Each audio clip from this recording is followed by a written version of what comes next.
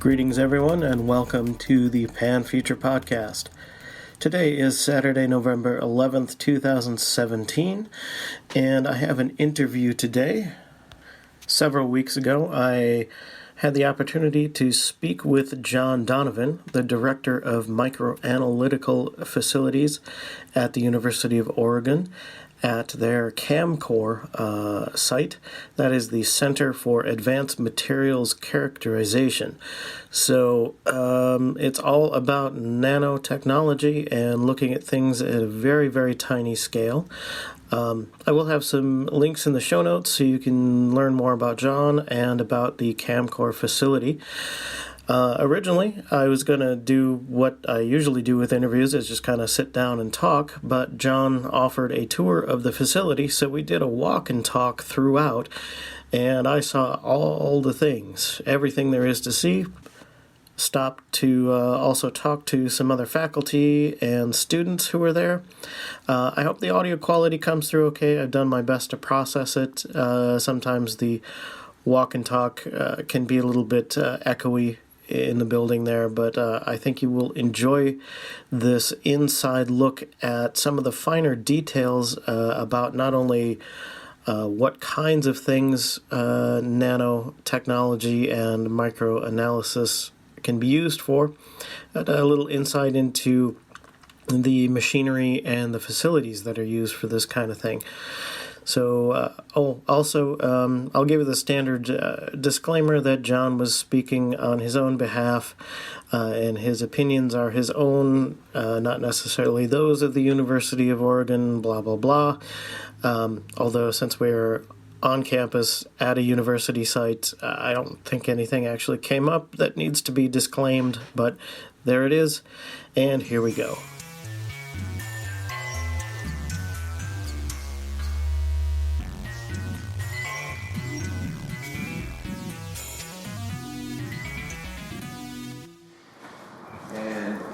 I was involved in the design, but this one I wasn't. This was the second one, and I just didn't want to get involved in it. But this whole building here, this basement and all the floors up, this is the LISC building, the Lewis Integrative Science Building. Okay. You probably saw it. It's the newest building on campus. And it was all built under the auspices of not-for-profit. So in other words, there's a company here, Voxtel. There's other space out down the hallway where companies can come in and rent space, and then they can basically hire students, work with faculty, have a neutral turf for different two companies to work together. So we had Voxtel's been a long-term occupant, and then that. And it's actually a pretty big lab, actually. Yeah. And the next lab there's just a small kind of window lab, but it was Sony was in there for 4 years. Yeah. So do you find that most of these companies want to use this kind of facility because to own one on their own would be just impractical, expensive? Or? No, they have large research labs of their own generally. Voxel has a lab here, but they also have their own lab in Beaverton. Okay. And the company that rented the lab after Sony left was Shoei, which is another Japanese electronics company, and they actually have a big lab up in Hillsborough now, I think, and several labs actually. So it's not that they don't have lab space; is that this is an opportunity for them to interact with some of the, faculty here who are doing kind of unique research. So a lot of there's this transition between the pure science, where you're just investigating things for the sake of investigating them, based on your own interests and hunches and hypotheses and stuff like that. Okay. And some of that research will just be interesting science that other scientists will be very interested in for understanding nature and laws of nature.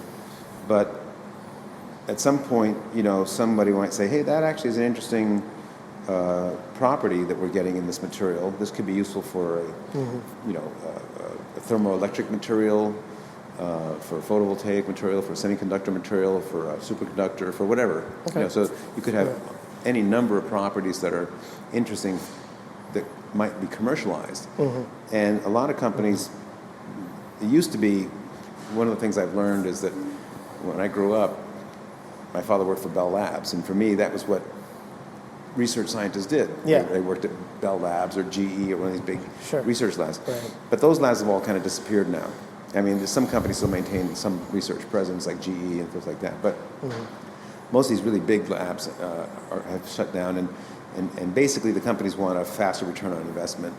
They don't want to spend 8 or 9, 10 years figuring out the fundamental science, and then only, and then maybe it'll work or maybe it won't in terms of a commercial product. Yeah. So they'd rather have the government or the universities do all that basic research, and then they want to figure out a way, because often it's only in the last year or two of this process that you actually realize this thing could be commercialized. And you need 8, 10, 15 years of, or even longer of pure research before that. Which the company doesn't want to do that, but it also, by having the university the do company it, might there's want to do it, but the stockholders certainly don't. Right.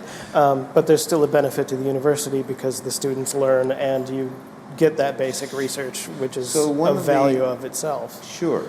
Yes. There's just the fundamental science, which is interesting for all kinds of possibilities. Yeah. And most of the stuff that gets commercialized does have a previous pure science research background. I mean, it has to, right? Right. But also, it's just a recognition of the fact that, yes, some of the faculty, and some of the students here, I should say, will become faculty, at some university somewhere. But you have to keep in mind that, there's a, let's say there's a certain number of faculty, and every one of those faculty has 5 or 10 or 20 or 30 students during their career. Well, one of those students or one of someone else's students will replace that faculty member when they retire. Right. And the other ones have to get real jobs. So there's just recognition of the fact that most scientists are not going to be working in academia. Most scientists are going to be working in private industry. Right. So we're just recognizing that fact. And I know for other research areas, particularly my background is in music, and I know that there are graduate research projects that become companies, get spun out of the university itself. Do you have that happen here as well? So, yeah, I mean, I think it does happen. We've had a number of faculty that have created their own startups. One of the ones that you may actually even have heard about is a company called Dune Science. Yeah. Okay. So they make a number of things. They started with putting silver ions into dye molecules so that, you'd have a kind of an antiseptic fabric that didn't get, well, frankly, to use their term, didn't get funky. And so whether it's socks or hospital linens, these things they would be kind of antiseptic, and they wouldn't, and unlike antibiotics, you can't build up resistance to it. Bacteria can't build up resistance to it. Right. So, and the main problem, and this has been done by several industries, but the main problem was they weren't incorporating the silver ions into the dye molecule, so it would get washed out in the wash, which was really bad for the sewer systems because the sewer systems depend on having sludge that can be fermented and bioprocessed, and the silver kills that process. Yeah. It was actually a problem that they were noticing in the 90s as film cameras becoming increasingly popular, and people were developing at home or just dumping it down the drain, and so you had all this silver ions going down the drain and causing problems in sewage treatment plants. And just about the time that was reaching kind of a critical moment, the film cameras Kodak went out of business because they weren't paying attention. They invented the digital camera, but they put themselves out of business because they didn't think it'd catch on. Right. So then we went to digital cameras, and people no longer process film. In fact, when we built this building, one of the decisions we had to make, because we had some number of older instruments that you still use film for recording pictures, one of the questions we had was, should we build a darkroom in here? And no, definitely not going to build a darkroom in here. And so that's kind of, so the idea is by creating a place where industry can come here, they can rent space, they can just come in, and most of them just come in and use the tools on an hourly basis. So you have, but because of the tax status of the building, because it was built for non-profit, if you will, we can, charge by the hour, and as long as we charge competitive market rates, we're not undercutting anybody. Right. Then we can provide that service. And so, for small companies or medium-sized companies, small companies have no money. Large companies have plenty of money; they have their own instruments. But medium-sized companies have some money but no instruments. And so, one of the things we can do is we can offer them, access to a $5 million TEM for $500 an hour, which for them looks great on their books because they don't have to buy this $5 million instrument that they might use a few times a year. Sure. Yeah, we're kind of changing things around. We've been doing a thing where the students gown up, so they get to learn about clean technique, because a lot of these things that we're looking at are so small that dust particles like a mountain range. Right. So this is one of the micro labs where we actually build micro devices that we can pick up the nano device, and then because it's so small. So down there is where we actually have instruments that will use an electron beam to write structures on a photoresist material, and then we can develop that, and then we can have circuits and stuff like that operate at those scales. Because, do you know about the whole nanotechnology thing? Somewhat. I've done a couple of shows on it as a primer, sort of. Okay. I actually got the Nanotechnology for Dummies book. Oh, okay. which is so you probably the basics. It's not as simplified as it sounds, but I'm sure. And so you understand that the interesting thing about nanotechnology is not that the atoms are any different. There's still atoms, all the way down. But when you get down to a few atoms, as opposed to a large number of atoms or a single atom, interesting stuff happens, and it has to do with the electronic charge distribution on that cluster. So you talk about nanoparticles. So you might have a cluster of gold atoms that's 11 gold atoms, and that's a very different animal than a cluster of 13 gold atoms. And so depending on the number of atoms in that thing, you have very different chemical properties or electrical properties or physical properties.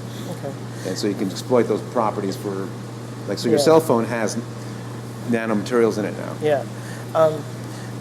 Is it a separate process to be able to see something that small and then study what properties it might have? They can be done at the same time. Sometimes they're not. Depends on the property you're studying. So I'll take you to the next lab. So these are labs where people will build up structures based on some hypothesis about what property they want to create. Okay. And a lot of the stuff can be modeled, and we can get a pretty good idea of what we might be able to create if we had this. Computer models to start with. Yeah. So the students here, these are intern students that are. So these are 4-point probes. So one of the things you can do is you can take your nano device, pick it up with your micro device that you made over there in the other room, put it under a microscope here, and then you can basically use 4-point probes to make contact to the micro device, and then you can stimulate the nano device, and then you can hopefully get the readings that are interesting to you. So that's kind of how that works. So in some ways, is it not too dissimilar from... There's a chain of technology from going through microscopes and into nanotechnology. Is it somewhat similar, or does it become a completely different animal than doing, say, I guess maybe 30 or 40 years ago, you might have done soldering on a circuit board under a microscope. Are you kind of doing similar things? Would that be an apt metaphor, I guess? I think in some ways it's similar. The stuff we're doing now, we don't even use solder. We just make contact, like kind of more like it's more like an operating room. Okay. Where you see the surgeon now has the binoculars, microscopes, and he's he's sometimes using little robotic tools as he controls them. They're actually using gaming now to train surgeons, because it turns out that the motions that they do in a game actually are really good training for micro type. So can you thread a needle using these controls here? Because that's what you end up doing in surgery. Sure. And so a similar kind of thing happens in these labs. They'll they have the ability to use not only, so they use an electron beam to actually view the material or the structure or the device, and then they use an ion beam to actually either isolate it, and even cut it out and remove it, what they call lift out. And they have nano manipulators in there. Do you guys actually do any electrical measurements in the FID, Robert? Yeah. So they basically, so one of the areas that these tools get used a lot is failure analysis. Okay. So they'll have a company or a faculty member will have a device that isn't operating properly or the way it's expected, and so they'll go in there and they can actually remove that little thing at very high magnification. These instruments, these are basically SEMs with a lot of other stuff on them. Those scanning electron microscopes with an ion beam for cutting or depositing, actually, and then a analysis, and then a nano manipulator there. And so they can remove that component for further examination, or they can put it like in a TEM instrument and look at it in cross-section and actually see what's going on. Like, oh, I see, there's an oxide layer that formed there, and that's why it's not working, or something like that. Something like that. You wouldn't have been able to see that without this kind of tool. You would have just stabbed in the dark it for would a be long buried time. under the surface, right? Yeah. So this tool can actually expose it. So this is a chemical analysis program, and so this is actually telling him what elements are present in the area he's viewing. Like a spectroscopy? It's a spectroscopy, yeah. It's an X-ray spectroscopy. Okay. Yeah, so it's basically using electrons in and getting X-rays out from the inner shells, and then you can quantify that. I don't really consider this quantitative because I don't use standards. No, I don't consider it quantitative. I know, I just give a hard time. It was as a cryo, so we can actually look at biologicals even. So one of the staff we had here actually developed methods for actually sectioning nematodes and things like that, which is kind of interesting. Yeah.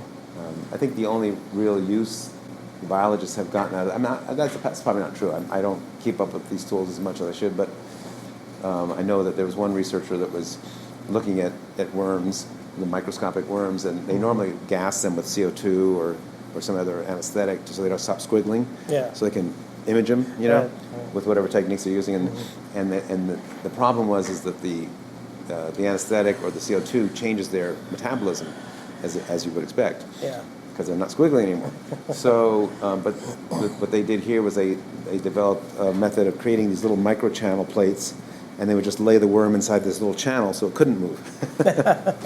So they didn't need to drug them anymore. So when you're imaging things, are they still photos essentially, or do you? We can make movies too. Yeah. It depends if it's something you want to record in real time, or if it's something you need to. So there's an image there, it's a still image, but you can also do frames and play it back in slow motion, or do a time lapse, or however you want to do it. Sure.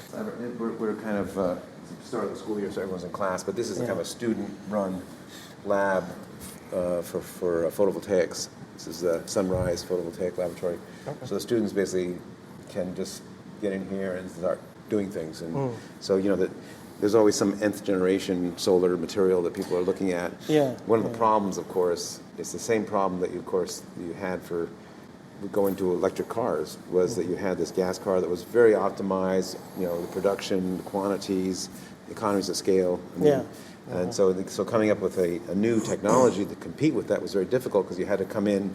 That's why Tesla started with luxury cars, because then it gives you the margins that you can use to reinvest and build a less expensive. You can't start out building the low end, and the first microwave ever invented wasn't $20. Oh yeah, it was I'm probably old enough to remember when a 64K computer cost $8,000. Exactly. Yeah. So the problem the solar researchers are having nowadays is that silicon, just polycrystalline silicon solar cells are so cheap due to the economies of scale. Even if you come up with a solar cell that's better, it might not be competitive because it's not cheap enough per watt. And so they're always coming up with some new material, but they do a lot of other stuff, as well. So it's a lot of different tools that could be used for different things. Yeah, so most of these tools are benchtop type stuff. We actually do have a 2-photon confocal microscope in there that biologists still use.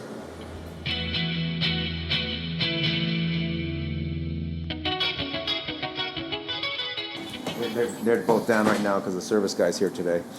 So he's working on them both.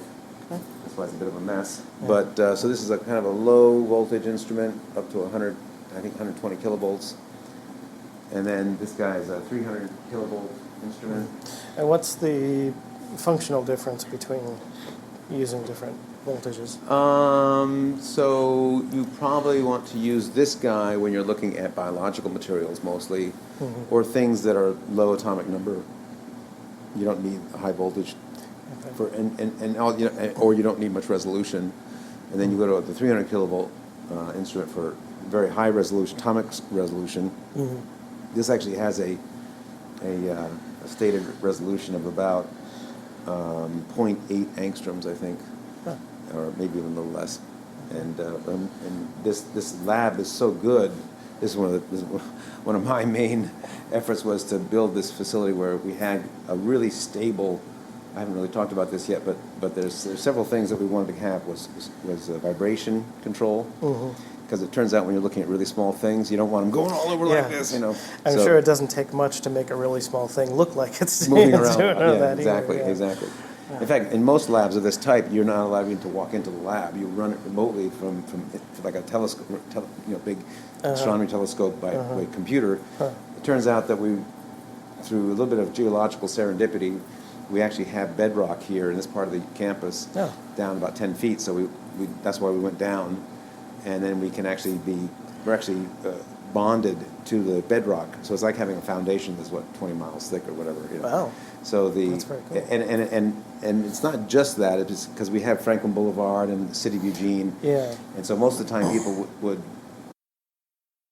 not assume that this is a great place for a nano characterization facility. But the rock that we're in, which is called the Eugene Formation, I'll show you a piece of it in a minute.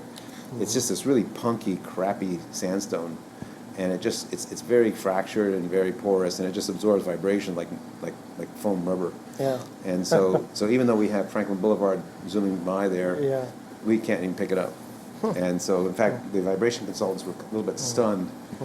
One guy thought his equipment wasn't even working, and the other guy was like, "Wow, this is the second lowest vibration I've ever measured."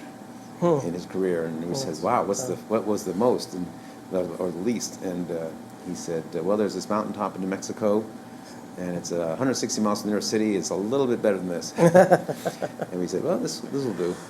And so this is kind of how we get really good low vibrations, having a really good foundation, and then we also control the temperature really carefully. So, like you might notice over here, these vents. This is allowing cool air just to fall by gravity. Okay. So the air, it's not forced; it's just falling. Right. And then as it pools around the floor, it warms up and then it rises. As it rises, it goes out those exhausts there. So we don't have any crosswind. Yeah. Because these instruments are, when you're at atomic scale and you have an instrument that's 10 feet tall, it's very easy to get this kind of thing from a breeze, from ventilation, and so therefore your image is moving around like this. You know, and so the air in this room, we're able to reject 9 kilowatts of heat with moving air as little as possible. Which is, and then all the noisy, smelly stuff is all back here. So temperature control, and then the last is particle control, which that's what the sticky mats are for. I see that. And the whole building is pressurized to the outside. So negative pressure or positive pressure? Positive pressure. So any air that comes into the building is heavily filtered, and then it kind of collabs with the most pressurized areas. I noticed also there's a sign on the way in that says to turn off the Wi-Fi. Oh, just because we're underground and your battery will just like thrash itself trying to pick up the signal. Okay. We're just trying to be nice.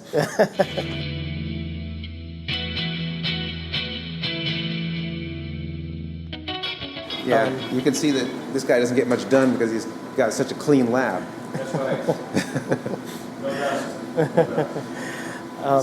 Speaking of movement, when you're looking at something at that scale, does atomic movement affect? Oh, you can see that. Sure, thermal. Yeah. So that's part of the reason for the cryo, is that if you can chill things down, they move around less. And in fact, it's mostly a problem you see on the TEM where you're imaging something and you have an atom here and an atom there, and all of a sudden, boop, that atom's over there. And it's like, wait a minute, stay there. You know? But just looking at it, the process of looking at it can cause it to, become ionized or, can't, because, when you're shooting electrons at things, electrons, fortunately or unfortunately, depending on how you look at it, have mass.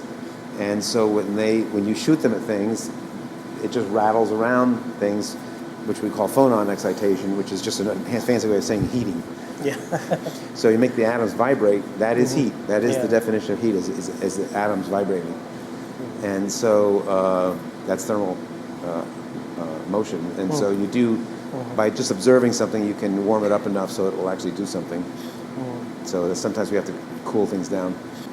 And so this lab is basically focused on the surface chemistries and physical properties. So we have a bunch of techniques, XPS and ion TOF, and other techniques, AFM. And so would this lab be a place where you would research, say, stain-proof paint, something like that? I don't know. Or Let's ask Steve.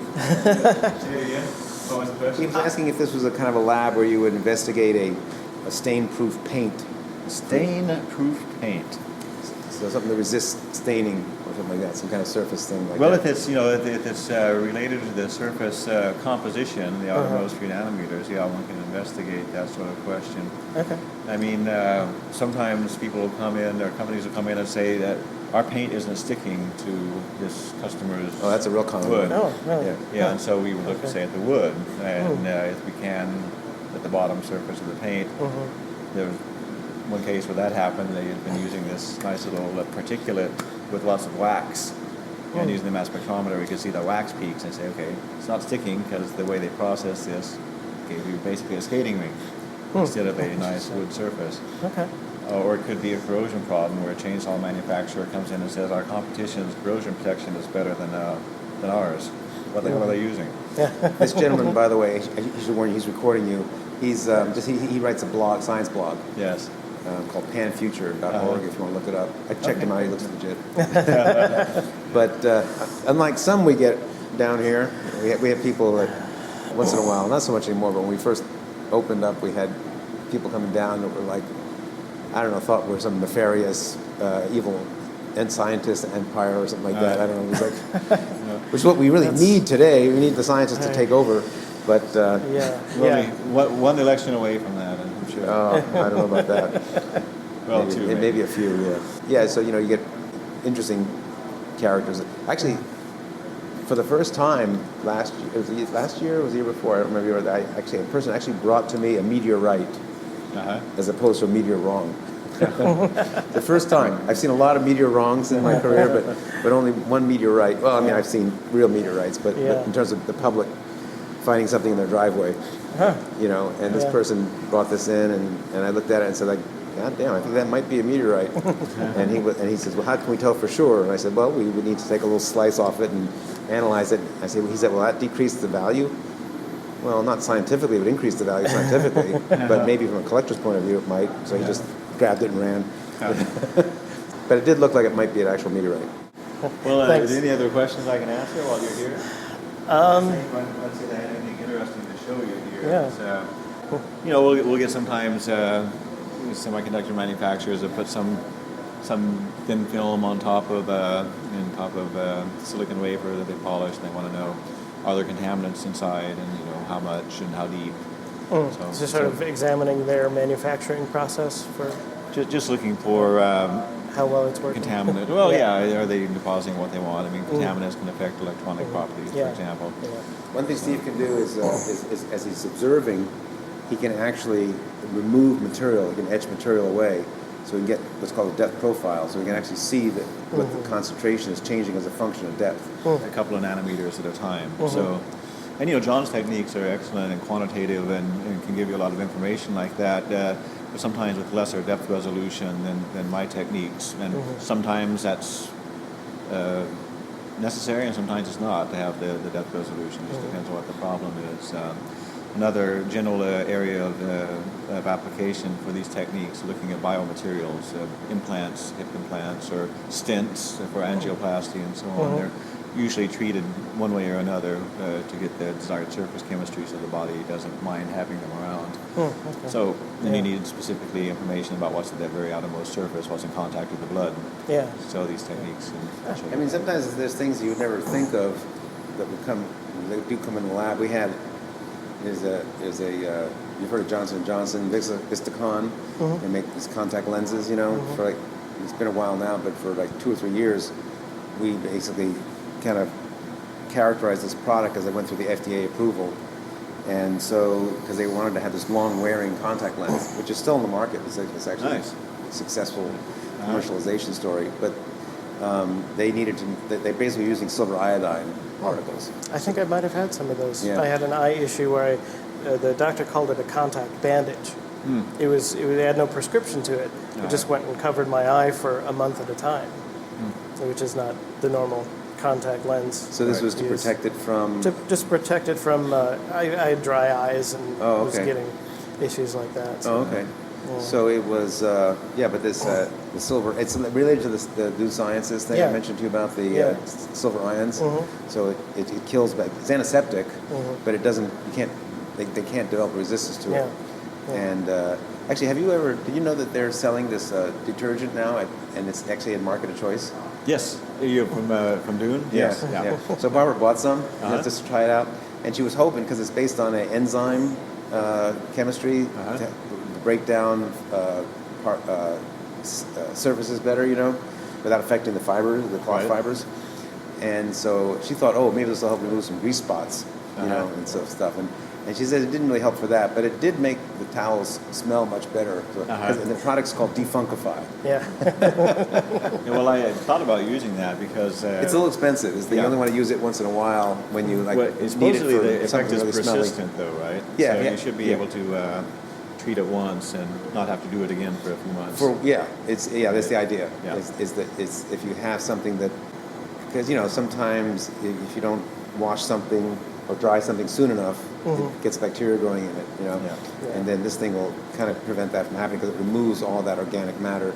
I've been trying to use tea tree oil for a similar thing. I just get out of the bathtub, pour a capful in, put my clothes in there for a couple hours. Hey, well, I guess that It works on the yoga mats. Oh, okay. I'm not sure about the clothes. It's certainly not persistent. Anyway, thanks for thinking about it. Nice to meet you. Oh, yeah, thank you. Thanks for your time.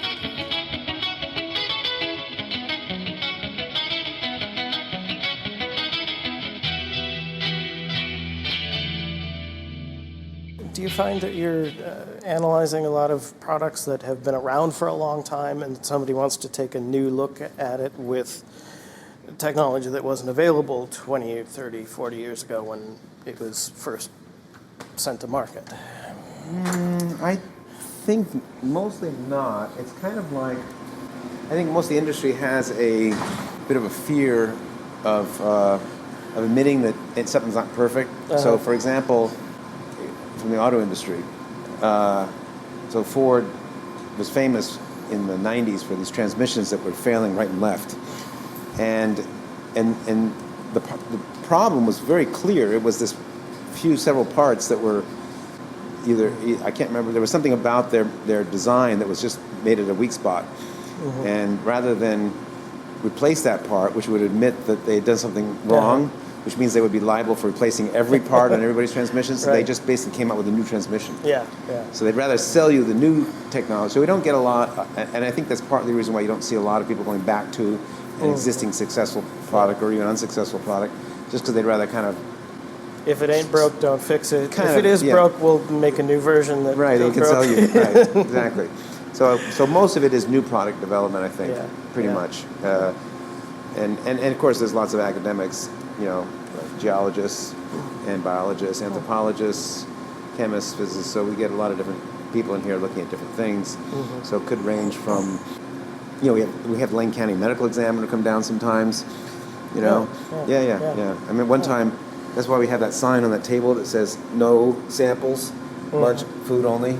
Because one time the Lane County Medical Examiner came down with a bucket and put it on that table and was asking us about if we could help her figure out the composition of some metal fragments from, I don't know if you remember, there was a murder in Ashland a few years ago Probably before I got here. Yeah, where a guy's head got hacked off. Oh. When I was walking home one day. Okay. They never caught the person, but she had his head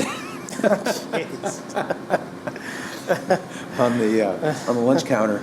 So we kind of, after that, we kind of put the sign up. So we get a wide variety of materials. So it's from what I've seen, it's what I talked about in my previous shows. It's kind of like advanced computer algorithms. There's almost no aspect of science or life that is not have some sort of nanotechnology application. I mean, it's atoms all the way down, yeah, right? Right. And depending on what level of abstraction you want to consider it, I mean, if you're a physicist, you're going to be considering maybe even going below atoms, getting down to nuclear stuff. Mm-hmm. But even physicists will look at atoms and electronic states, and that's kind of essentially most of the things we're interested in from our technique happens at the atomic scale. But then you can take a step back and look at compositions of things. So she's looking at just quartz, and glass. Just quartz and glass, that's right.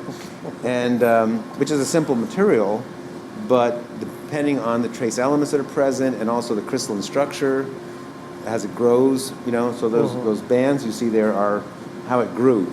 Okay. And it's incorporating based on the temperature and the chemistry around it in a magma. That tells you how it grew and what it incorporated or what it excluded. And so from there they can, so basically, and you know all this, but science is a process of hypothesizing a mechanism, and that could be something you just pulled out of thin air. More likely it's something that you have modeled, using the theories that we already have in terms of the chemistry or physics or biology, and then you go and make a measurement to check the model. Because science is just all about models that work or don't work, and the ones that work get included, and the ones that don't work get excluded. And so we're just looking for, basically, we're trying to confirm our understanding of nature by making measurements. And our understanding of nature is based on these models. So whether they're atomic models or climate models, cellular models, they all have inputs and outputs and behavior. And so we try to check. We want to see, okay, so this is what we think will happen. Does it happen indeed? Yeah. And this is at least partly about developing better and better tools to. So we do some method development. Isn't that? We do some method development here. I do personally. I mean, so I'm published, in my field, in improving the accuracy and precision of the measurements that we do here. So that's something I'm very involved in, just because of my own personal interest.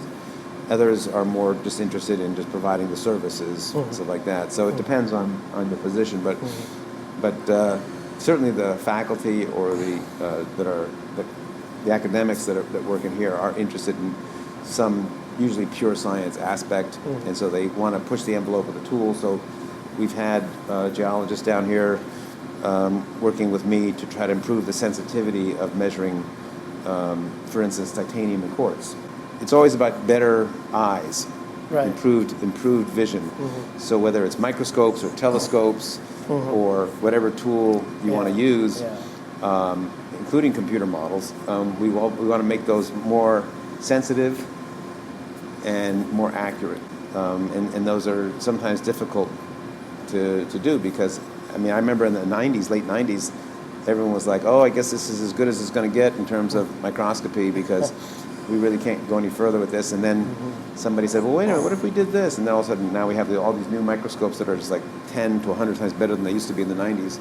So that opened up a whole new area of investigation for all kinds of properties that people had wanted to look at, but we didn't have the sensitivity anymore until recently. Yeah. So the tools are constantly evolving, constantly improving.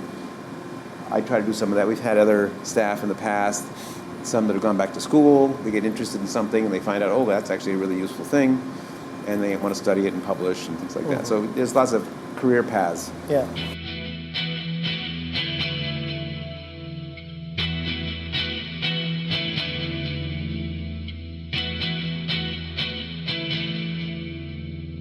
So this is a scanning with a microscope similar to the one that was over there, but without the ion beam. But it's just a really good workhorse tool. It's very easy to use, and we have jewelers in town that come here to look at jewelry. Okay. We have food processors, grain millers will come here and look at the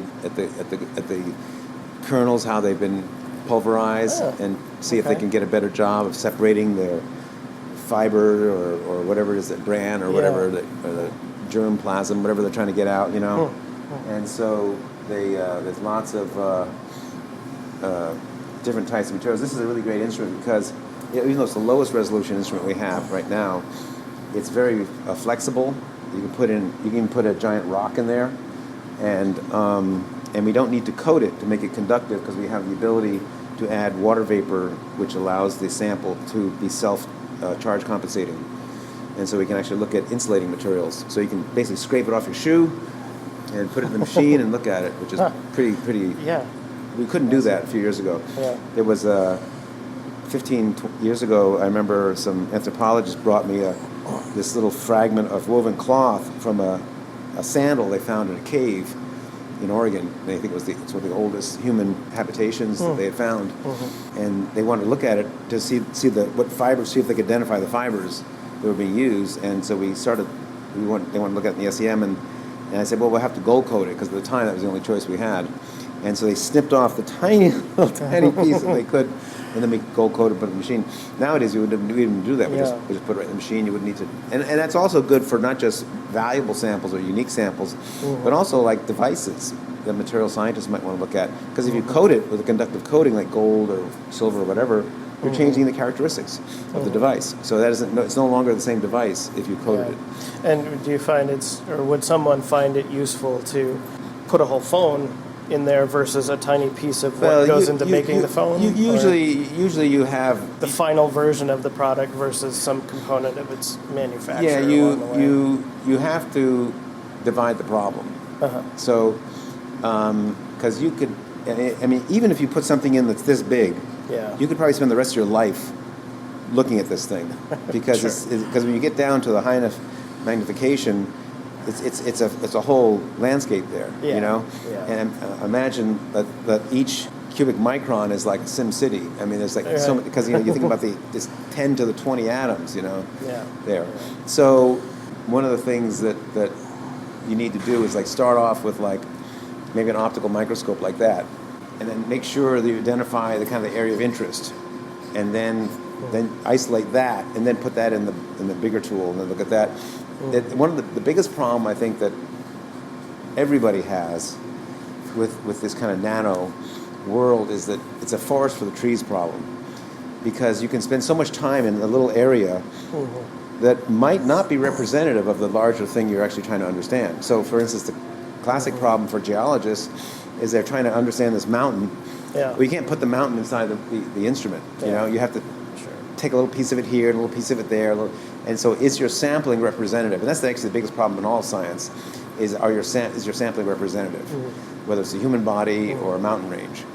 Because you could spend your lifetime looking at something that's really interesting in this little tiny thing, but it might have nothing to do with the macroscopic properties that you're trying to, whether it's, tectonic uplift or whatever deposits. So trying to bridge the gap between the very small stuff gives us real insight into some things that happen on really small scales, but does that apply to the larger scale thing? And that's where understanding these, I'm not explaining this very well, but I think you know what I mean. I think it makes sense. It's the sampling problem, we call it. Did the spots that you picked or the samples that you picked, are they representative of the larger scale problem you're trying to explain? And if you're not careful, you can easily spend up a lot of time looking at something that has nothing to do with what you're trying to explain. So that's the biggest sort problem. Of like the does one bad apple spoil the barrel metaphor? If you only look at the bad apple, what conclusions? Or vice would you versa, draw? if you didn't look at the bad apple, you looked at all the good apples, you say, I don't understand why everything's going bad here. So you have to find the culprit, if you will, and there's a lot of places to look for it.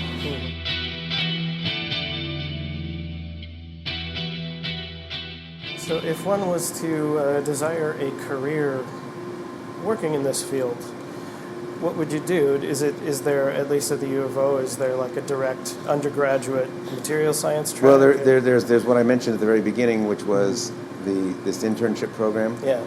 And that's the most direct, because I would say a significant fraction of, so 95% of those interns get hired, permanent jobs. Yeah. So that's a really good statistic. Yeah. The other is that, but they won't be faculty, at a university, because they only have a master's.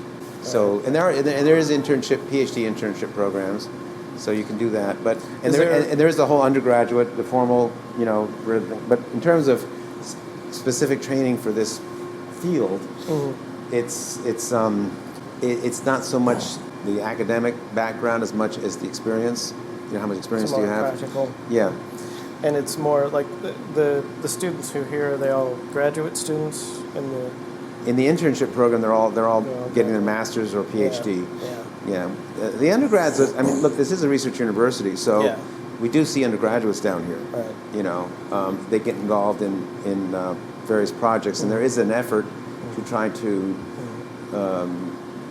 bring these undergraduate students into the research, but it's hard. They have a big class load, and is it sort of like the students who come here come from all different fields, but want to specialize in how this applies to their field? We get a lot of students in the internship program. You're asking about the internship program, or U of O students just in general? Just in general, when you're down here doing what you're doing, was your undergraduate degree in physics or geology or all of the above? And there's a way to So this study how this facility is a non-departmental service unit, which means that no department owns it. That was kind of one of the things we very stipulated at the very beginning, was that it's a shared space, right? And which means that you got to have management. Otherwise, if it's not managed, then it just becomes a wastebasket. But it's we think we tried to kind of keep a hands-off approach on that lab there, because it's a student run, and we want to give them some responsibility and make them break stuff and repair it and things like that. So it's partly that, but I think the most important thing is that there's no requirement that you start in a certain area in order to get access to this facility. Basically, any science student at the U of O, and even some non-science students, can get access here and pursue a project. Our internal rates are very low, so almost anybody could afford to come down here. And we even have, retired faculty that come here and pay regular rates just because they still want to keep working on something, And so, we have to pay for our, salaries and benefits and the cost of operating the facility, but we don't cover it completely, but we come close. Yeah. Some years we cover it completely. It just depends on the year. So I would just say that if you're interested in science and of any kind, that you could be involved in this kind of work. And there's lots of labs, on campus, not necessarily with these big tools, but the benchtop type stuff you see over there. So there's all kinds of different areas to get seduced by the instrumentality, as I say, because there's a lot of cool tools. Yeah, now, that's a neat one. That's an embayment. Wow. Is that in focus? It doesn't feel it, but I'm pretty sure. Did you check the focus? Yes. Yeah, okay, good. So what we have here is an interlude in which John assists a student researcher in imaging some quartz crystal with inclusions in it. And it's a little difficult maybe to portray exactly what's going on without seeing it, but I thought it was worth leaving in here, so that's what's going on. I assume it will only get better. I think that's going to be a little better. Looks better. Yeah, it was defocused for some reason. I don't know why. Sometimes this guy stops working. You have to use this guy, and sometimes they reverse. Like this is coarse, and that's fine. It's a firmware problem in the instrument. That looks great. Yeah, that's better. The drifting thing's annoying though. And because this is kind of dark and this auto scales, and you do have one bright spot down there, which is part of the problem, but if you don't care about that bright spot, you might want to increase the brightness a little bit on this guy. Let's let this finish, but then if you want to play with it. Better? It's very dim, because you look at the epoxy, it's almost the same brightness. I would try that picture. Okie dokies. Yeah, you gotta just try. At least your scratches aren't showing up so bad. I don't think this one was that scratched. Oh, okay. So was there a time in earlier versions of the technology where what you just did here would have taken hours to do? Well, let me put it this way. Days? Can I tell you an old man story? Yeah. Okay. So when I first started at Berkeley, they actually had a punch card puncher. And so when you collected a cycle of data, it would spit it out to a punch card. Okay, and then at the end of the day, you take your punch cards and you take the program, which is another stack of punch cards, and you put them on top of each other. You take them over to the computer center, and you give them to them. And if they didn't drop them or mangle them, No, need better. This one is brighter though. well, that's going to rescale a little bit when it displays it. Okay.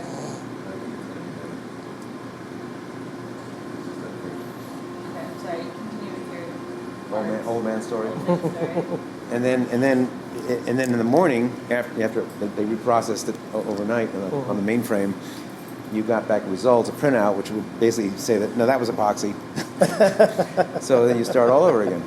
So you know it definitely it's definitely improved. Yeah. I mean, so in the past I would spend all night walking around the instrument, turning hand cranks here, you know, to get the right peak position for everything. Yeah. And you just spend all night getting up, walking around. It's actually probably better for us. I was healthier.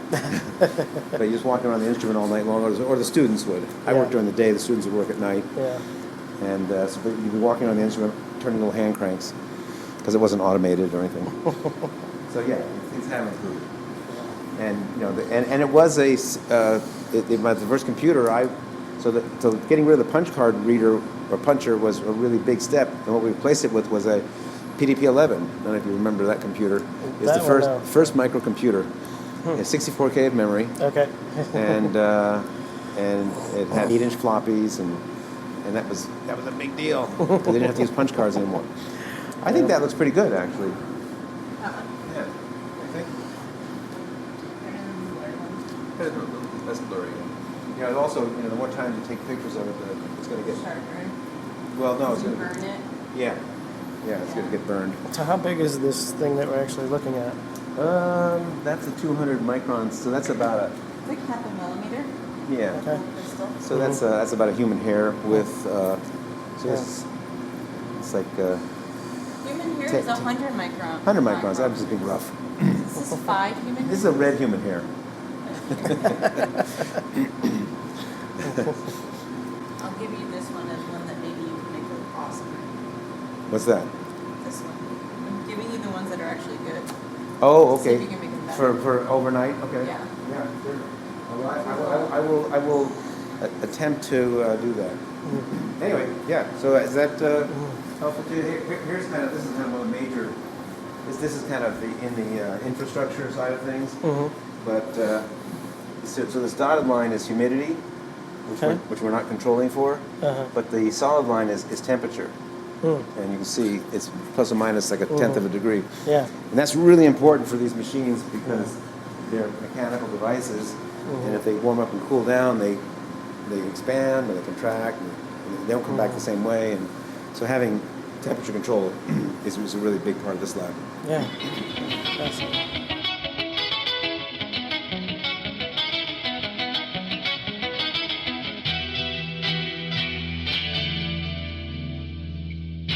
Give me a rundown. I think part of one of your papers that you had posted online. What's that? Speaking of the quartz, the imaging of the quartz as a way of The trace element stuff? trace elements. Yeah. Yeah. That's been one of my areas of focus. So I developed software. They actually use my software on that instrument, and a bunch of other universities and labs use it too. Just because that's one of my little added value is to push the envelope on accuracy and precision for these type of instruments. And there's lots of people working on all kinds of instruments. There's just endless number of things you can measure, and so the question is, is this the right measurement for that problem? Yeah. That's all. You want to have the right tool for the right job. So was that the measurement of the quartz, was that for any particular purpose other than to... So the main Be better at reason it, for that paper was to show that we could measure trace elements. So this technique, people in some places think of this instrument as the one that she was working on as an instrument you would use, to identify the major. In other words, what mineral is it? And that's what they think of it as. But it can get down to much, because for example, in that surface lab they have a mass spectrometer that can measure parts per billion. But the accuracy is all over the place. They don't really know what their accuracy is. They just know that they can measure something that's a very low level. So I can't get down below a part per million, but I can get down to a few parts per million in terms of sensitivity, and I can give you accuracy that's equal to the sensitivity. So that's kind of what Steve was kind of alluding at, which is that I can't do some of the things he can do, but I can give you very high accuracy measurement. So sometimes that's not important. Sometimes someone just needs to know, is it there or not? And that's all they need to know, to some level of sensitivity. But I can tell you whether it's there or not and how much is there, plus or minus some uncertainty. Because and so for the people, the geologists like her, she hasn't done this specifically, but other students in that group have, which is, it turns out that the amount of titanium that gets incorporated into a quartz crystal when it grows is a function of a little bit of pressure, which is a secondary effect, but it's mostly a function of temperature. So if you can measure the amount of titanium very accurately, and it's a very low level, it's parts per million, but if you can measure that amount of titanium, you can tell, okay, at this point in this crystal, the temperature was 500 degrees C, but at this point it dropped to 450, and then it went up to 600, and that gives you a thermal history, basically. And the thermal history is really interesting for them to know, that as this magma evolved down, what did it get new sources of heat, or did it lose heat, did it cool, so getting that thermal history tells them a lot about what's going on, because of course we can't sample directly down into those magma chambers. At least we don't have the technology yet. So when a piece of rock comes out that has a little inclusion of quartz inside a crystal of like olivine or zircon or something like that, we can probe that little bleb, which is maybe a few microns in size, and we can tell you how much, what temperature it formed at, and that's a big deal for them. Is that crystal growth similar to tree rings? Can you tell? Yeah. Also, when except sort of along the development of the crystal, it was hotter and then it was colder and then it was hot again. Exactly. And I'm not a geologist, so don't take my word on any of this. But it can happen in both directions. You can grow, but you can also dissolve. So you can actually, and this is the thing in geology, you see this on a macro scale, you can have a plane, where you're depositing material, a river flood plain, and then it gets uplifted to a mountain and it's eroding away. So you get areas where you have buildup, and then areas where you have missing stuff. And the same thing happens on the micro scale. Usually with tree rings, it just grows and then it dies. But if there's a forest fire, you might see side of it where it's got burned or something like that. So you can actually see where stuff has been removed too. So it's complicated. If it was easy, everyone would be doing it. Right. Okay. Well, I don't have any other particular questions. Oh, I hope that was interesting for you. It was absolutely fascinating to get a close-up look at all this and get the full tour. I really appreciate it. Here's speaking of meteorites, here's one that you might know about. That's from Diablo Canyon in Arizona.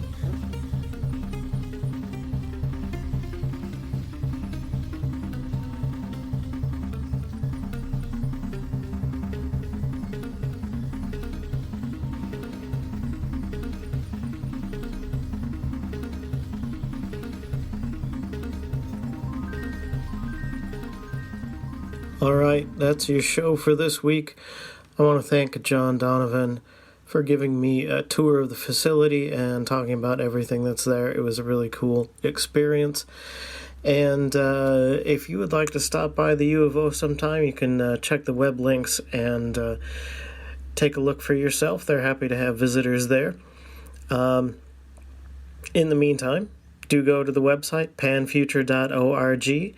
You can find the links for the show notes and the Twitter feed and the Facebook page and the Patreon and all that stuff. And thank you, as always, for joining me and tuning in this week. I appreciate your attention, and I will talk to you again in the future.